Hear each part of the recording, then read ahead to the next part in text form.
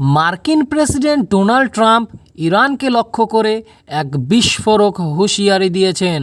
তিনি বলেছেন, যুক্তরাষ্ট্রের সঙ্গে চুক্তিতে না এলে আজ রাতেই একটি সম্পূর্ণ সভ্যতা ধ্বংস হয়ে যেতে পারে, যা আর কখনো ফিরে আসবে না।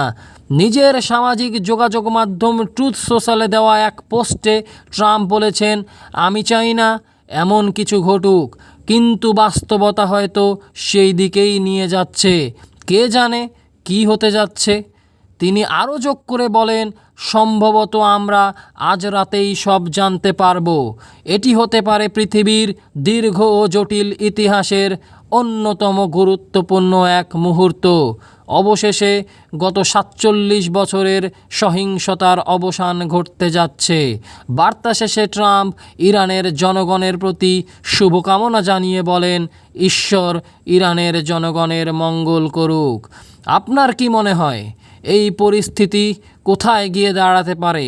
ইরান কি পারবে সামলাতে যুক্তরাষ্ট্রের আক্রমণ?